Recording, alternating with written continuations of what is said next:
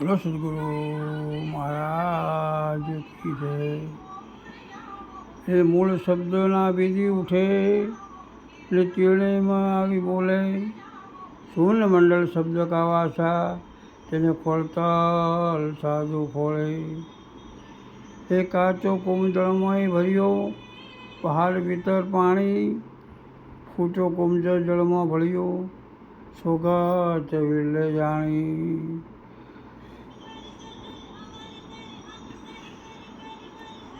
सदगुरु महाराज की जय। आज के आनंद की जय। आज एक पद निरोध महाराजનું બોલું છું ભજન સત્સંગ સાથે। ઘટમાં જો વિચારી આપ બીજો સિદ્ધ કરો સંતાપ।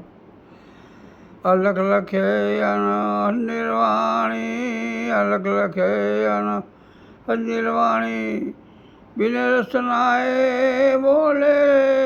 આપે તાળું આપે કુંચી આપે અંતર ખોલે। ઘટમાં જો વિચારી આપ બીજો સિદ્ધ કરો સંતાપ। શું કહેવા માગે છે? ઘટમાં જુઓ વિચાર એટલે કે જેને તું બહાર ખોળે છે તે તારા ઘટમાં હાજરા હાજર બોલી રહ્યો છે, માટે તું તારા ઘટમાં વિચારી જો, બીજી ભોયગઢમાં પડીશ નહીં। અલગને ઓળખે તે અનહદ છે અને નિર્વાણી છે, તે ક્રિયા કર્મમાં આવતો નથી। તેને સમજવા સદગુરુ ચરણે સર્વ સમર્પણ કરવું પડે છે, ત્યારે સદગુરુની કરુણા ઉતરે તો જે તમારી જિજ્ઞાસા મુજબ યુક્તિ મુક્તિ કરી તેની પ્રાપ્તિ કરાવે છે। જે લખવામાં આવે તેમ નથી ને તેનું વાણીથી વર્ણન કરી શકાય તેમ નથી। તે અનહદ નિર્વાણી છે ને જે વિના જીભે બોલે છે, વિના નેત્રથી જુએ છે, વિના મુખે બોલી રહ્યો છે, તે પરંતુ ભીતર પ્રકટ અનુભવ થતો અનહદ આનંદ થાય છે। આપે તાળું એટલે કે આ તાળું ને કુંચી તમારી પાસે જ છે અને પોતે જ પોતાનું અંતરપટ ખોલવાનું છે ને પોતે પોતાની કલ્પનાઓ બંધાણો છે। તે કલ્પનાઓ પોતે છોડવાની છે ને અજ્ઞાન રાવણ પોતે દૂર કરવાનું છે, કારણ કે પોતે જ પોતાની કલ્પનાથી બંધાવે, બીજો કોઈ બાંધ્યો નથી। પછી આગળ શું કહે છે? સગુણું છે સમજણમાં સંતો સંત મળીને ખોળો રે ભાઈ। સેવા પૂજા સાધન ક્રિયા પણ સમજે સોડોળો। ઘટમાં જો વિચારી આપ બીજો સિદ્ધ કરો સંતાપ। શું કહે છે? સગળું છે સમજણ એટલે કે સમજણ વિના ક્રિયા કર્મ જપ તપ વ્રત કરવાથી મેળ પડે એવો નથી। સંતોની પાસે જઈ તું જેની પ્રાપ્તિ કરવા માગે છે તેની ખોજ કર। સંતોને પ્રશ્ન કરતા સંતો તને માર્ગદર્શન આપશે। આમ બહાર પૂજા કરીશ તો આવેલો અવસર એળે જશે। પરમાત્માની પ્રાપ્તિ મન બુદ્ધિથી થઈ શકતી નથી। સંતોના સાનિધ્યમાં જઈ પરમ તત્વનો અનુભવ કરવો પડે છે, માટે કહ્યું કે સંત મળીને ખોળે એટલે સમજણ વિના ભટકણ ભટે તેમ નથી। કારણ કે સેવા પૂજા કર્મકાંડ વગેરે બાહ્યિક ઉપાયો છે તે સત્ય નથી અને તે વાલો સાધનમાં આવે તેમ નથી। તેને રંગ રૂપ વર્ણ કે ઘાટ નથી, તે સચ્ચિદાનંદ સ્વરૂપ છે। તેને જાણવા સંત મહાપુરુષોનો સંગ કરવો પડે અથવા એનું સાનિધ્ય સેવવું પડે, ત્યારે તેમનામાં શ્રદ્ધા વિશ્વાસ પૂર્ણ રાખી સમર્પણ થતો તેની શાન સદગુરુ આપે છે। ક્યારે આપે છે? કે જ્યારે પોતા પર વિશ્વાસ આવે છે ત્યારે એ આપે છે, અને આપે છે ત્યારે પણ એવું કે પોતે જેમ છે તેમ તાથી શ્રદ્ધાથી અને પૂર્ણ વચન વિશ્વાસ રાખી જો લે તો એ જરૂર એનું કલ્યાણ છે। આગળ શું કહે છે? ચાર વેદ મુખ ભાષણ ભક્તિ પંડિત યુગમાં વાધ્યા રે ભાઈ। આત્મરામ અચલ નહીં પરચા તે દુમતી ધાપ્યા। ઘટમાં જો વિચારી આપ બીજો સિદ્ધ કરો સંતાપ.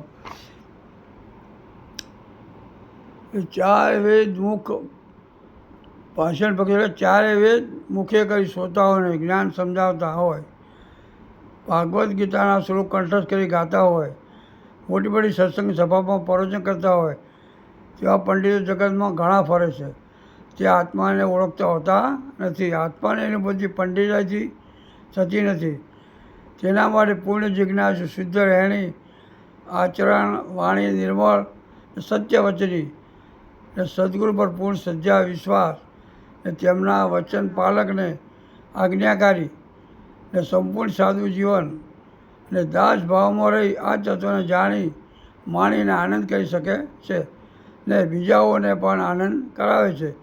પણ પંડિતો કે ધર્મગુરુઓ પોતે સત જાણતા નથી ને તેનો અનુભવ કર્યો નથી, છતાં પોતાના નિર્વાણના અર્થે કથાઓ કરી લોકોને ઊંધા માર્ગે ચડાવે છે. પોતે તો ડૂબે છે એ ભોળા અને શ્રદ્ધાળુ લોકોને પણ ડૂબાડે છે. માટે આવા ધર્મીઓથી ચેતો ને આ મળેલો છે સાચા સંતોને ચરણે સત્ય સમાગમ કરી તેમનું સાનિધ્ય સેવી આગમ ભેદ જાણી હું ને હરિની સત્ય એકતા સદવિતરણે કરી લો, નહીંતર આવેલો સમય જશે.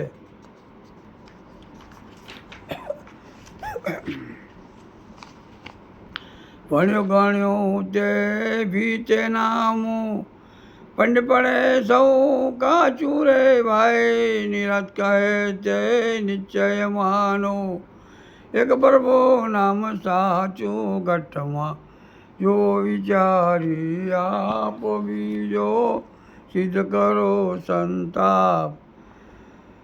એટલે શું કહે છે? ભણ્યું ગણ્યું તે ભીતે નામું એટલે કે પરમ તત્વની પ્રાપ્તિ માટે જ્યારે ઉપરામ ભાવ જાગે એટલે મહાપુરુષની જોડે શાસ્ત્રો શ્રવણ કરવા, તેમજ ગીતા, ભાગવત, રામાયણ, આધ્યાત્મિક શાસ્ત્રોનો અભ્યાસ કરી ભજન સત્સંગમાં પણ ગયા પણ પથ્થર પર પાણી, તેનાથી પરમ તત્વની પ્રાપ્તિ થતી નથી.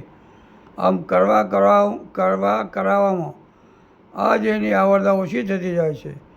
અને આ કાયા અને આ કાચી કાયા ક્ષણભંગુર છે.